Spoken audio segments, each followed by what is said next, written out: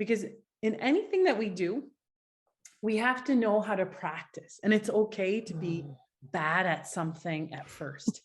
So I was kind of bad at getting back into painting.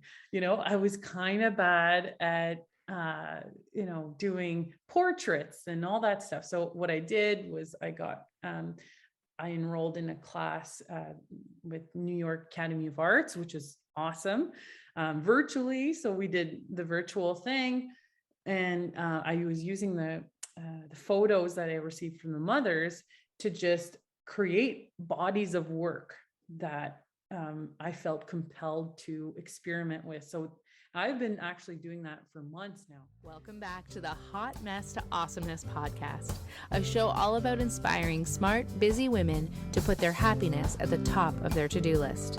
Join your host and life coach, Dion Thompson, as she chats with amazing women who have figured out how to make their happiness a priority, and more importantly, what it's really like to go from hot mess to awesomeness.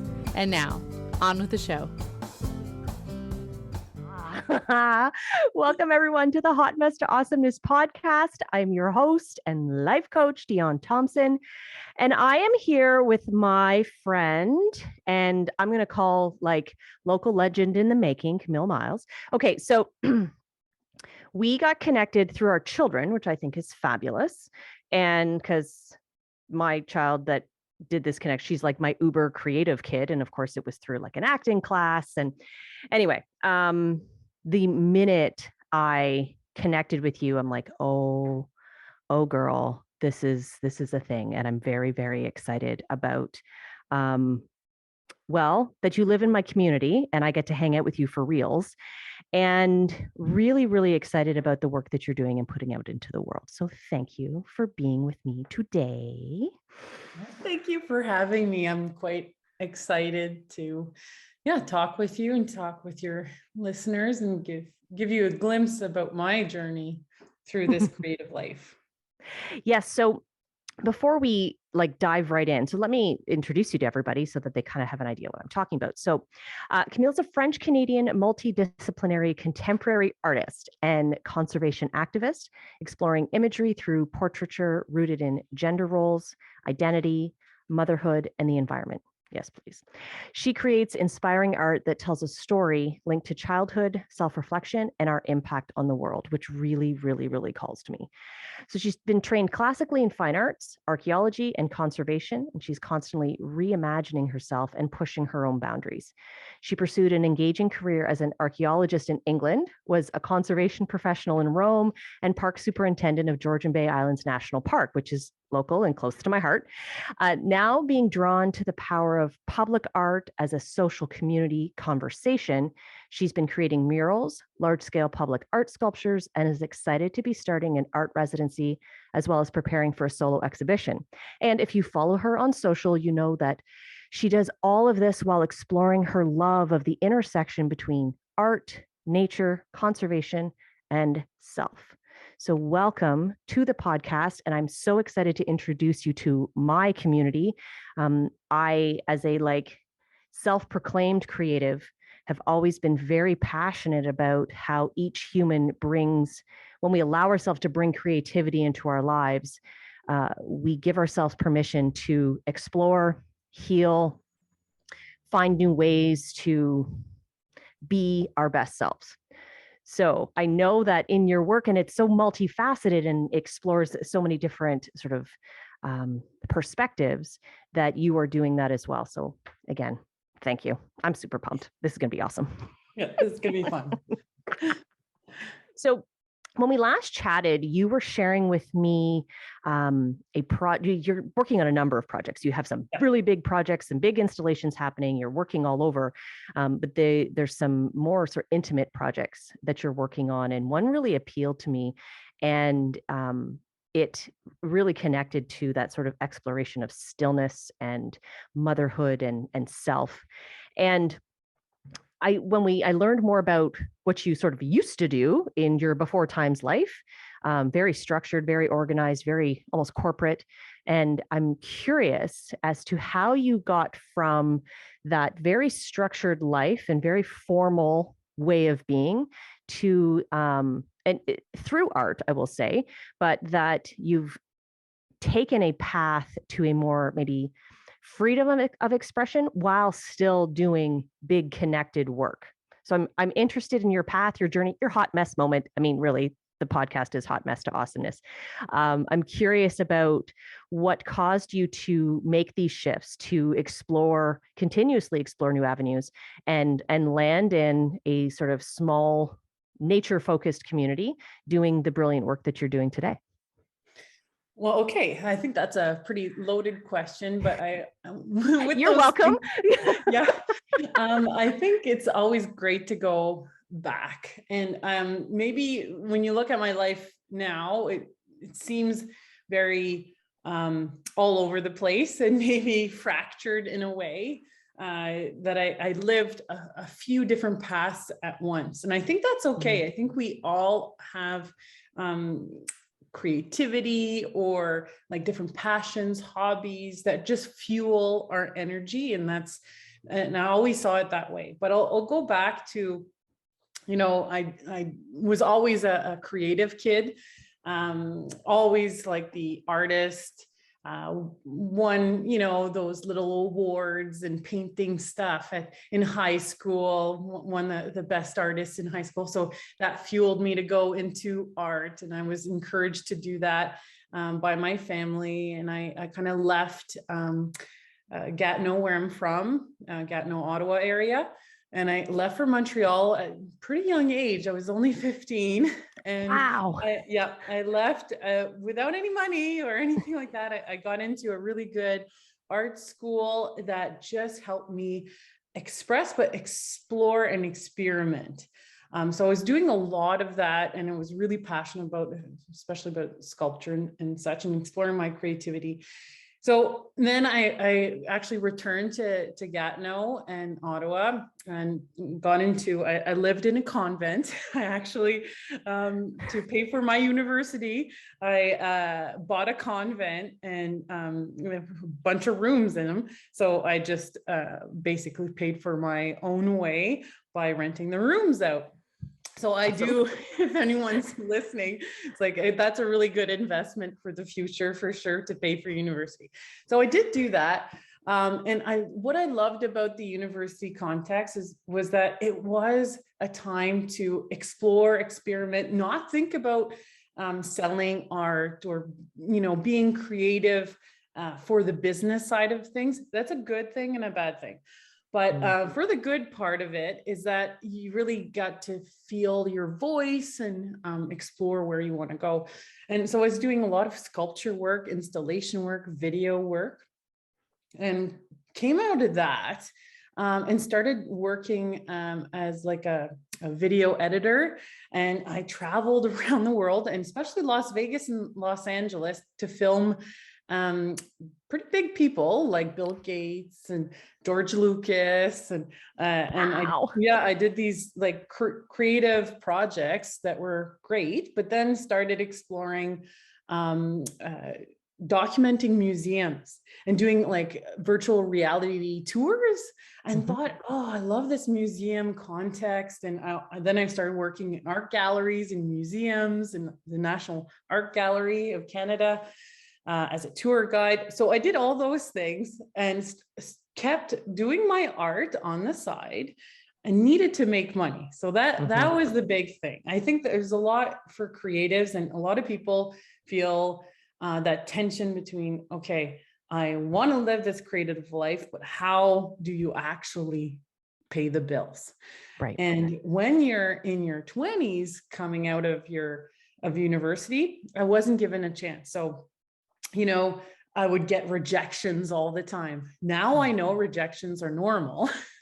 However, at the time, I don't think I was mature enough, I guess, to really understand that, and I associated that with my worth, my self-worth. So I got kind of discouraged, but I kept applying for things. And if you didn't have experience, like a lot of industries, if you don't have experience, they don't give you a shot. And if you don't get a shot, then you don't get the experience. Right. So it was kind of like, okay, what am I doing with my life? maybe I should do my master's. So I went and I even went to, decided to do a fine arts master's. Went to the first class in Montreal. I went to UQAM, and I was like, no, it's not for me. I'm not doing this. After a round table of all the artists talking about their work, what they're doing, how they're feeling about it, I was like, no. So I think it's like knowing how to say no, and seeing, okay, I don't have enough to say in this world. I'm too young to really understand what I want to say. I need more life experience.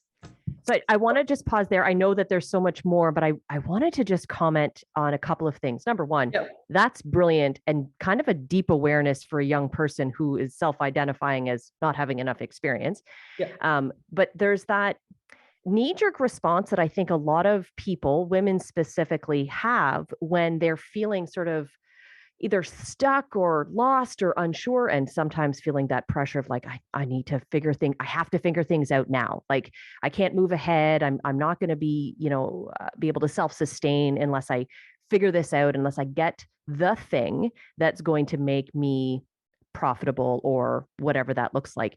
And so often it's, what's the next piece of schooling, or what's the next piece of paper that I have to get that will that will be the thing that makes everything better.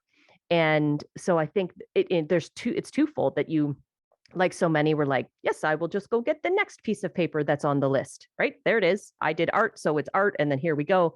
But then that moment where you're like, oh, no. I think that's a really powerful place. And not everybody has, is able to listen. I did a similar thing. School after school after school, different things, tried different things. And I remember I was in nursing school after doing other school.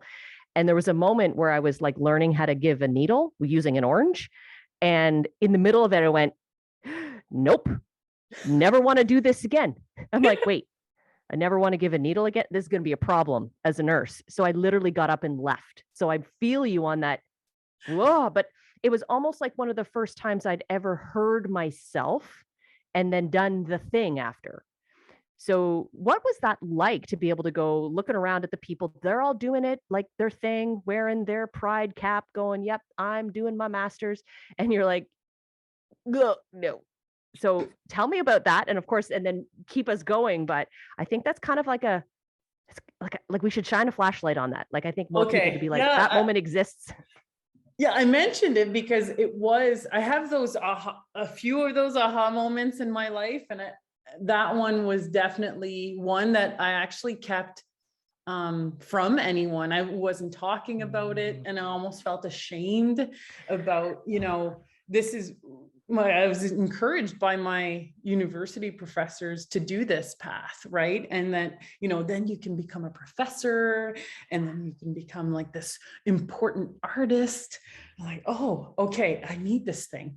But when I went around the room and listen to others, not saying that I don't want to listen to others, and then you do a lot of the comparison game. I think there's a lot of that too. But at the same time, it's like, well, I don't have my shit together. I don't know. I'm interested in too many things, but I still don't know what I want to say. And a lot of, when you're creating art, when you're writing, when you're doing anything that's creative, or even whatever you're doing in life, you have those moments of deep self-reflection. And then you say, okay, what do I need to research? What do I need to take in so I can give back out? That is what I was missing. So I decided to become an archaeologist. That's when I was like, I go way back in history. I'm gonna go figure myself out way over there. Exactly. It's like, you know what? I really love archaeology. Indiana Jones. Why not? Who doesn't like Indiana Jones? Right? You're not listening to this podcast if you don't like Indiana Jones. Exactly. You have to. So I decided to do that a bit in England, and came back. I was still passionate about it.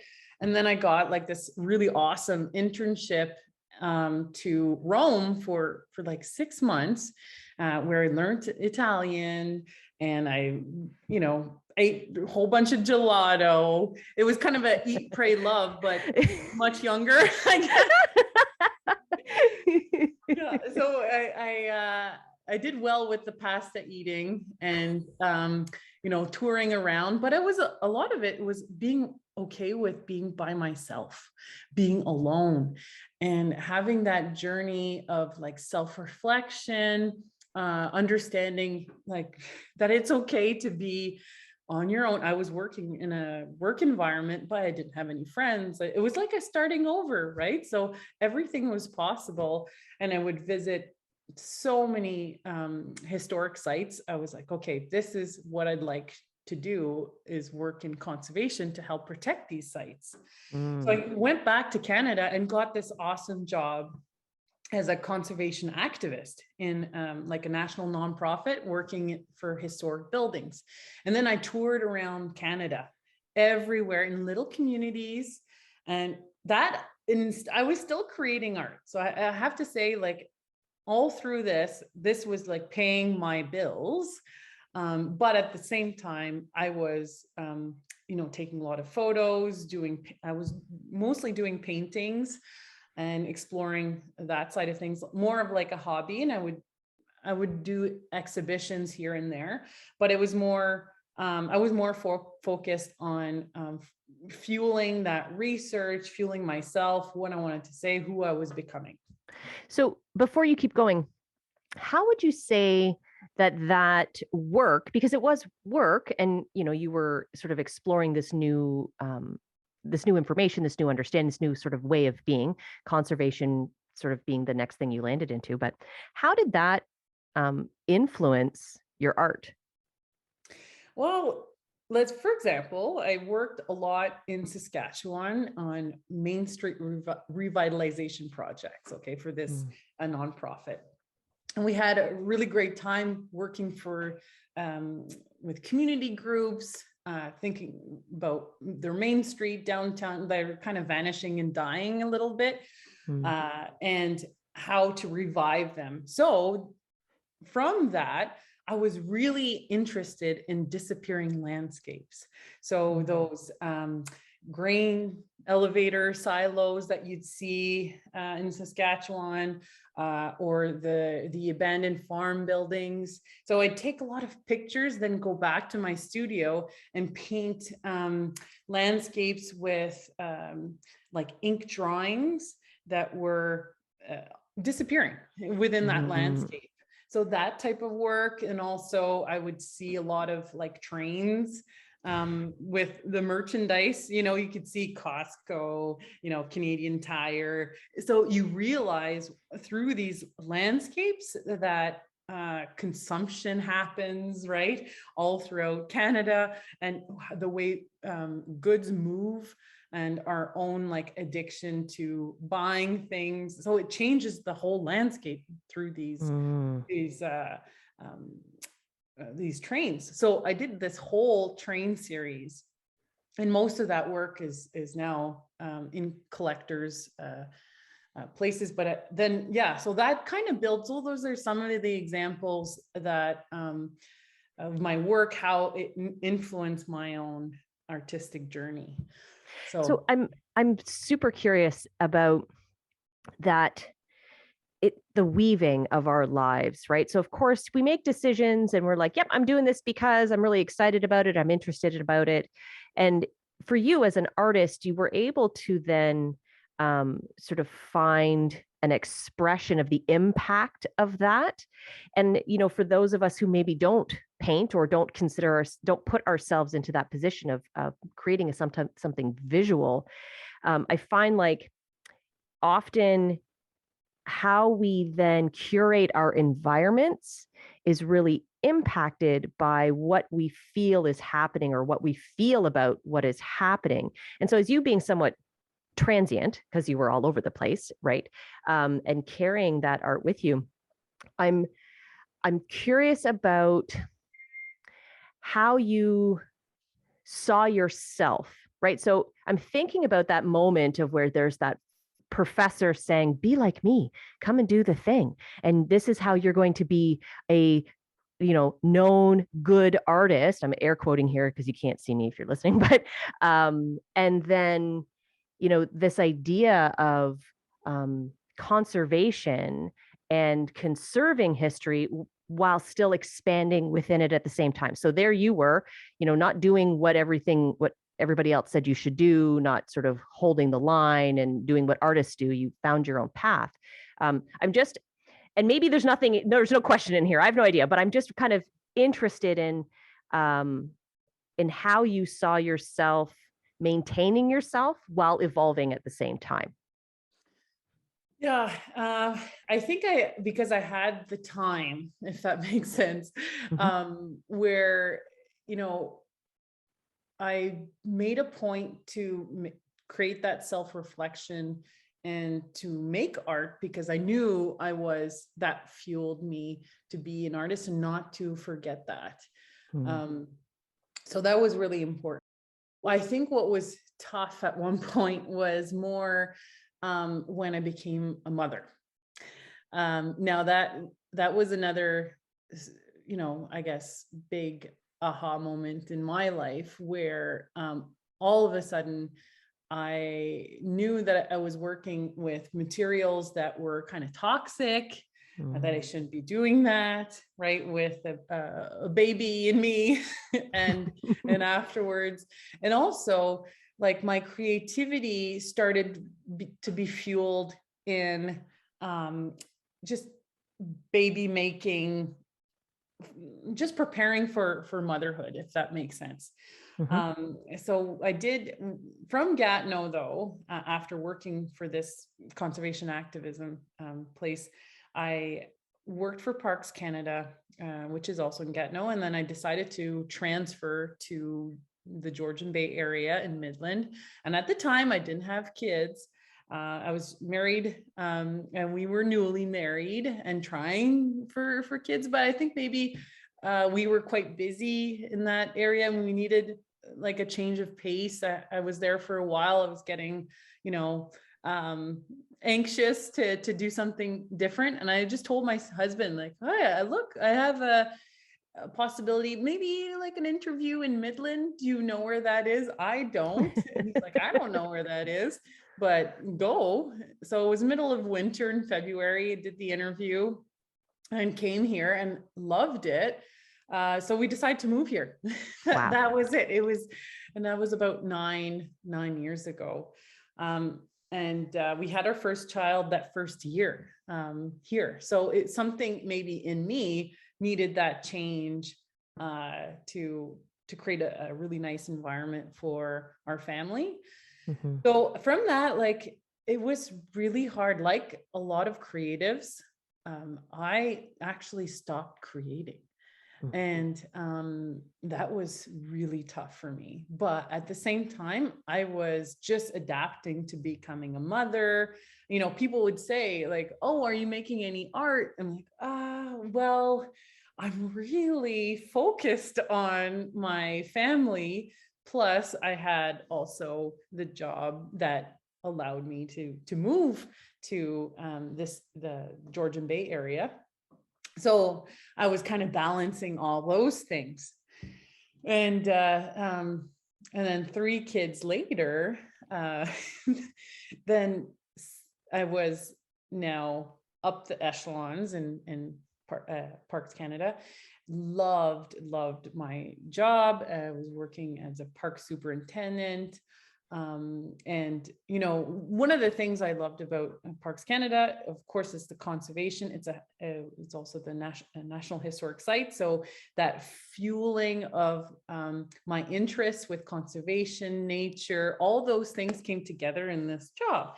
But one thing that did not come together is really the creative aspect of my world, I guess that you could say that.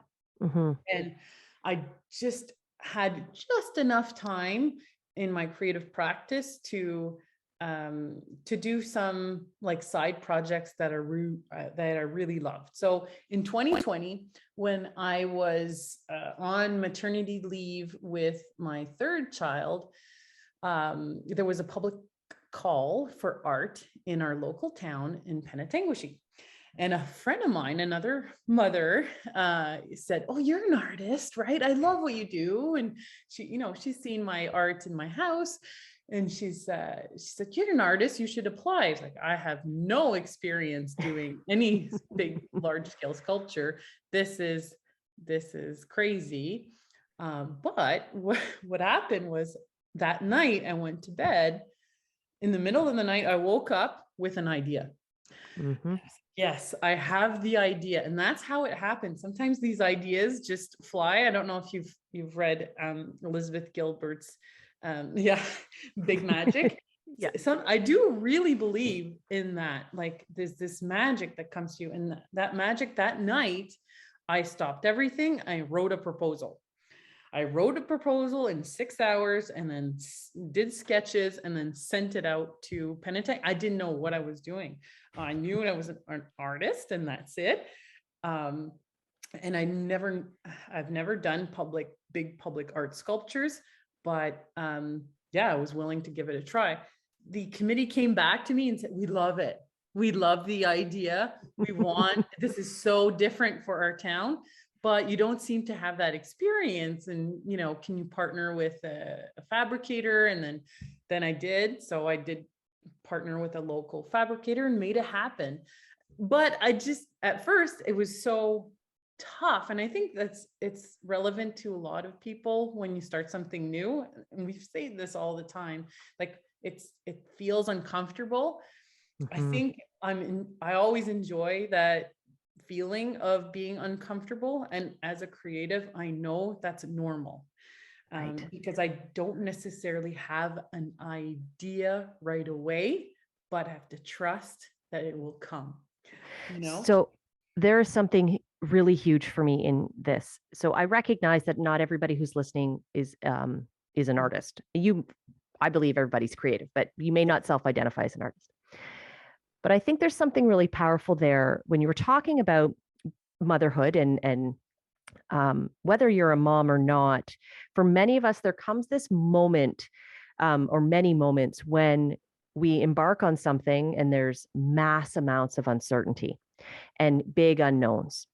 And for many of us who maybe don't have a comfort with being uncomfortable with that uncertainty, we can really, really expend a lot of energy just trying to regain a sense of control in our lives. And I know from my experience and with a lot of women that I work with who happen to be moms, or again, it doesn't have to be motherhood. It can just kind of be anything where the force of control, this need to this has to be my way, this has to work this way, then that becomes the habit. We become so consumed by needing to control our environment to feel safe that we forget that parts of ourselves were open to exploring new things. That younger version of us, whether that's like kid or teenager or young adult, did take risks, did explore new things. That's what got us here in the first place.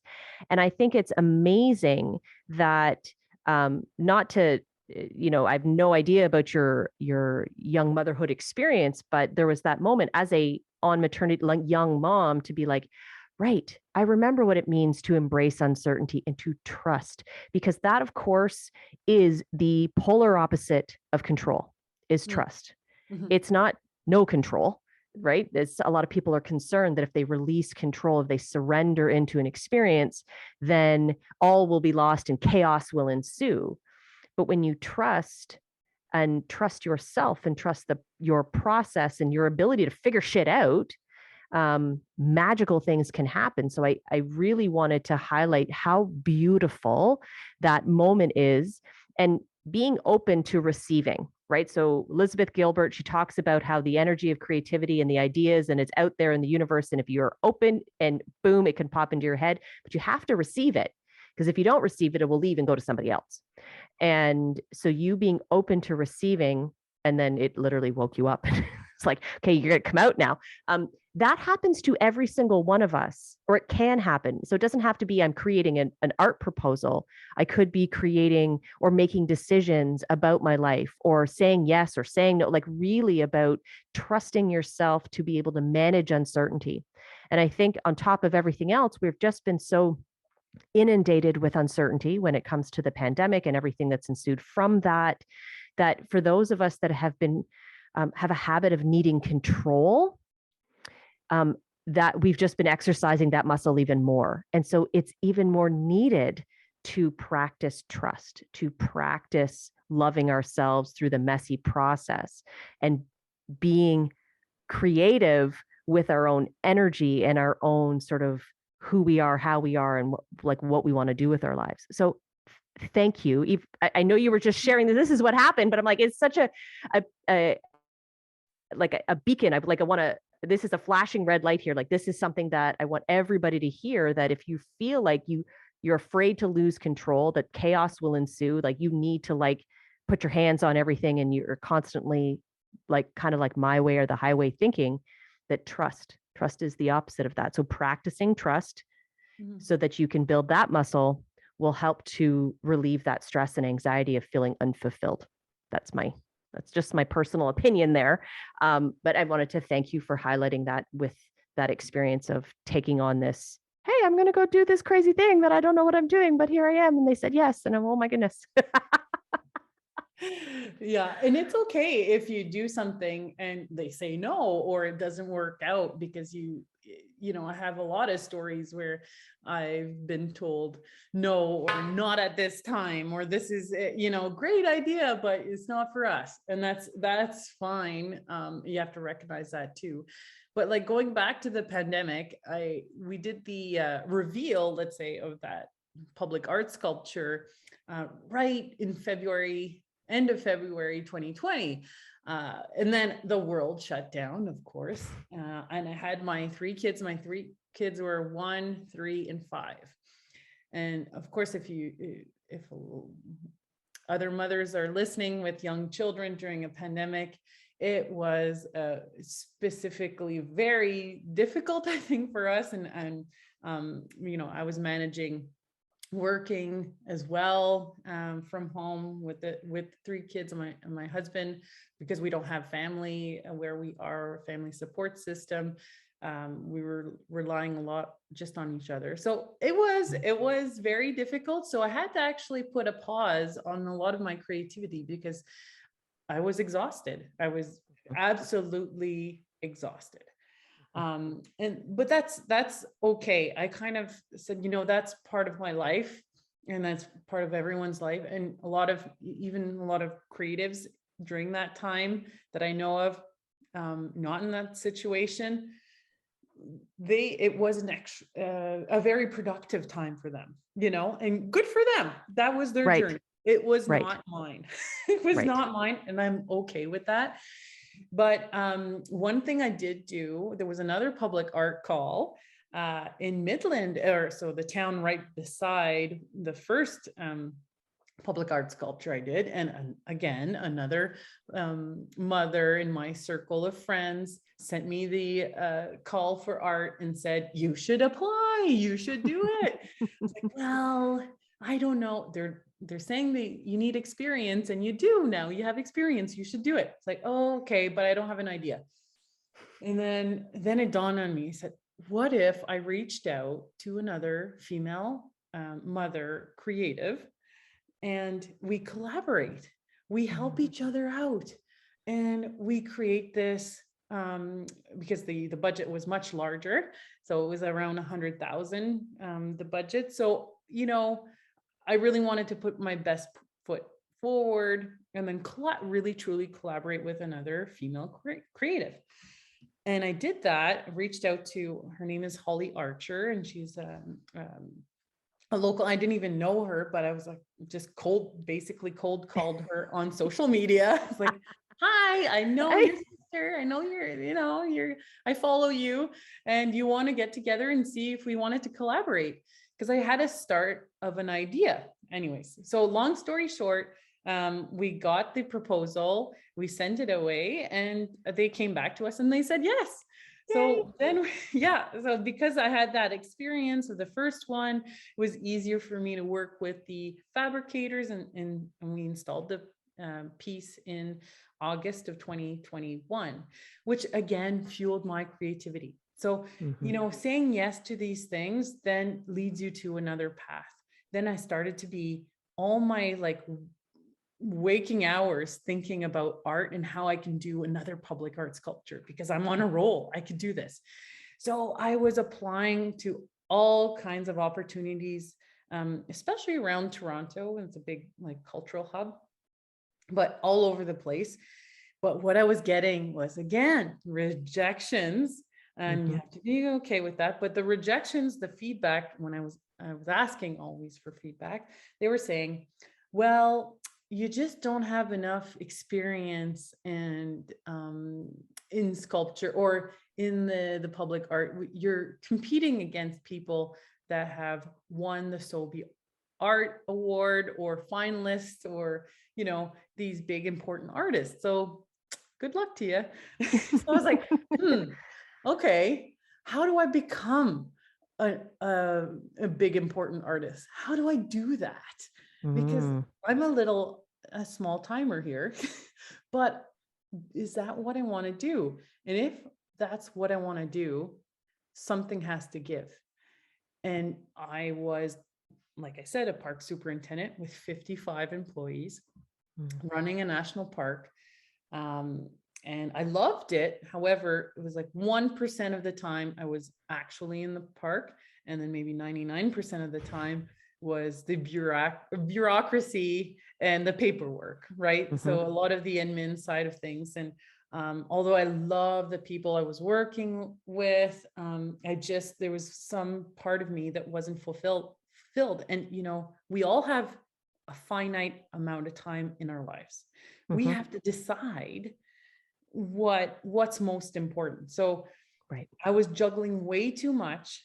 And then I couldn't balance anymore. So I actually had a burnout in February, in the fall of 2021. And maybe, with the rejections from these public art calls, which I was putting so much effort in, and just, getting the feedback, well, you're just not important enough, I was like, well, and then I even saw on one of the finalist lists of the Sobey Art Award is a big one in Canada. And one of the finalists was an old roommate of mine that, great for her. But I was like, well, can I do that too? Maybe I could do that. Yeah. There's something here as well. I mean, as someone who has suffered from burnout, and I know that there's a lot of women who are going through the symptomology of burnout or experiencing elements of it, whether or not they get diagnosed or you hit some kind of benchmark and boom, it's burnout.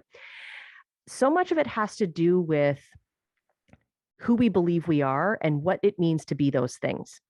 And then, so, we have mom, we have creative, we have creative, and then / artist as well. So there's that business of art, and then there's the creative of art, and then there's the conservation, the nature, and all these pieces. And often we then give each of those titles a set of criteria, and then we live into that, and that becomes who we are. So, if we believe that what it means to be an artist is all of these things, and what it means to be a mom is all of these things, then if we're not living up to all of the things, then we're somehow not doing it right, and we're failing. And then we get into that, I can't do enough. I can't keep going. You just go, trying to just achieve more and more and more and more. And I find that the one thing that burnout survivors who flipped into thriving often embody is this idea of, it's not so much about the hats you wear and the titles that you hold that define you. It's you define you. And then from there, you do things from there. So, for you as Camille, you are a creative individual, and your creativity shows up in a variety of ways. There was a period of time that it showed up in parenting, and then the energy was there. It didn't take away, you didn't stop having the capacity for art and the business of art. And leaving a job that connects to conservation, connects to nature, doesn't stop you from being a conservationist or Right. someone who loves nature. And I think it's how we define ourselves, and then what we believe to be true about ourselves, that sort of it becomes this like benchmark that we create. Yeah. And so I love that you were like, okay, these are the things that I feel passionate about. I'm excited about. I'm excited to do the work that apparently important artists do. So how do I, what does it look like to do those things? Does that fit with me as a person? Check. Yep. Okay, it does. Does it align with the life I want to live? Oh, it doesn't at the moment. So what, like you said, something has to give. And it does. And even that terminology is not even about giving. It's just about being. And that finite amount of energy and time and money and all the things that we have to operate within, and unless you're all into space-time continuum, quantum field, and then there's no time, but whatever, that's another conversation. But the importance of acknowledging that you're not losing anything by continuously focusing on you. Like, you didn't stop being you because you left a certain job. And I say that, but that's usually the battle that so many of us face, that we've put what we do out in front of us, or the titles or the hats we wear, and they become our definers, that if they were to change, we somehow don't know who we are anymore. And so I'm curious if you had run into any of that, and if that sort of contributed to the burnoutness of it, like that experience of like, fuck, what's happening? What am I doing? And did you feel a little lost? And I'm going to guess that feeling, if it did exist, is gone now. So what was that like for you? I think you did hit the nail on the head there, where the title, a lot of the work I was doing as a park superintendent and, being a director, people were coming to me. And even within the community, they were seeing me as the park superintendent. But started to shift a little bit, especially with the big public art sculptures I was doing. People were referring to me as like Camille Myles, the artist, So I was like, oh, maybe it's okay to have like multiple hats or identities, if that makes sense. And like I said at the beginning, we are fractured people, but fractured it seems negative, but it's not, because we can weave ourselves in different roles throughout our lives, depending on what we need at that time. And I think for me, I was chasing this dream of becoming a park superintendent, and I got it, and then I was like, okay, this is great. But I changed. I did change, especially through motherhood, knowing my own limits. I couldn't be the person putting 100% of everything in my job anymore. I needed to find that balance, but also find an outlet. And I needed that creative outlet for me. So going, having that burnout and saying, oh, okay, well, are we okay, financially within our family unit? I had the privilege to like have that choice, and say, maybe we live a little less extravagantly, and then maybe I explore my creative life a little bit more and see where it goes. But that felt extremely uncomfortable. So to kind of connect with others and to myself, I started journaling. I started taking moments to myself, and really even connecting to other mothers living through the same situation. And I actually went and did a call out to mothers, and this is how I guess my social art projects stemmed from. And it's called Just a Moment. But basically what I did was, through social media, I asked mothers to take a moment for themselves and take a picture of themselves with their eyes closed, and have the time to reflect, be somewhere alone and reflect and then tell me about that moment of self-reflection and what it meant to you. So I got so many testimonials. I was overwhelmed after just 2 weeks of this call out. I had about 100 submissions of women in my little circle, generously offering me some moments that were very vulnerable, things that they would not share on social media. Our social media lives are very curated, and just show a little glimpse of who we are. So that authenticity really came out through these pictures. And I didn't know what I was going to do with them, to be honest. It was a way for me to get reference photos for diving back into my creativity. Because in anything that we do, we have to know how to practice. And it's okay to be bad at something at first. So I was kind of bad at getting back into painting. I was kind of bad at doing portraits and all that stuff. So what I did was I enrolled in a class with New York Academy of Arts, which is awesome, virtually. So we did the virtual thing, and I was using the photos that I received from the mothers to just create bodies of work that I felt compelled to experiment with. So I've been actually doing that for months now. And I still continue to use those references to create more work. But it kind of morphed. So this whole project, I decided to say, well, I need to go back to the core of this. Why did I do this? I needed help because I was suffering from burnout, depression. I sought help from others, went through therapy, also medication, nothing wrong with that. And I grew out of it, but it's about mental health struggles, and specifically with mothers and having that need to connect.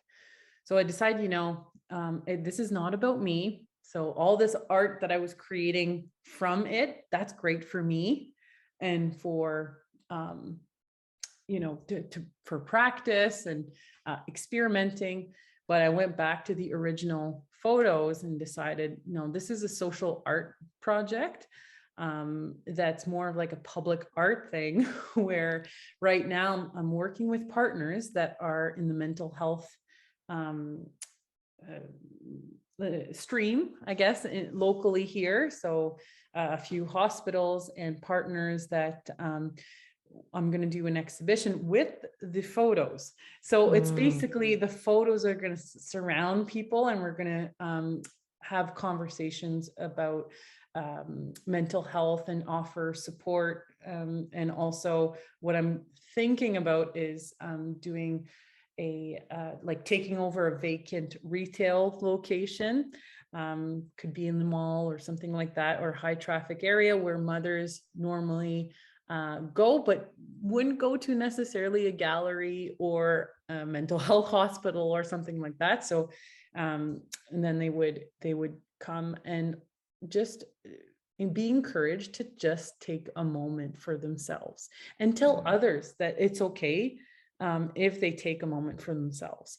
So it's going back to this idea of like self-reflection, journaling really has helped me.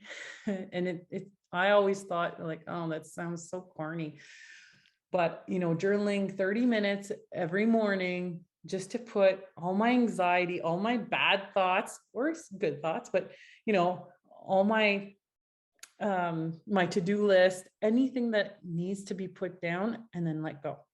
And I never even read it again. And that's, I have that. I love, there's been a theme through the stories that you've shared about taking that time for self-reflection. So going back to being in Rome and having that time to like be alone and what that meant, and almost sort of setting the stage for your multitude of experiences that expand and grow and become, normative and whatever that means. But, you're like, go, go, go, do, and yet built in these moments of reflection. And I think that, obviously through your art that has been expressed. And so even that, what you were shared about the trains and what that meant for you and how that sort of helped you to see the experience differently. And you said something really powerful. A lot of what you said was very powerful, but it was that idea of being a beginner again. I think, you had to get back into the habit of what it meant to be a painter again. So many of us, we get stuck in the I'm a painter, which means I should just be able to do the things I did before. And sometimes we negate that life is happening and the time is ticking and that we are putting our finite energy in different places. And that's okay. Sometimes that's it by choice. Sometimes we're thrust into things and we have to just manage. But it never negates what we were, as long as we're willing to show up to it again and trust ourselves to be the beginner again. Of course, we're not beginning from the absolute beginning.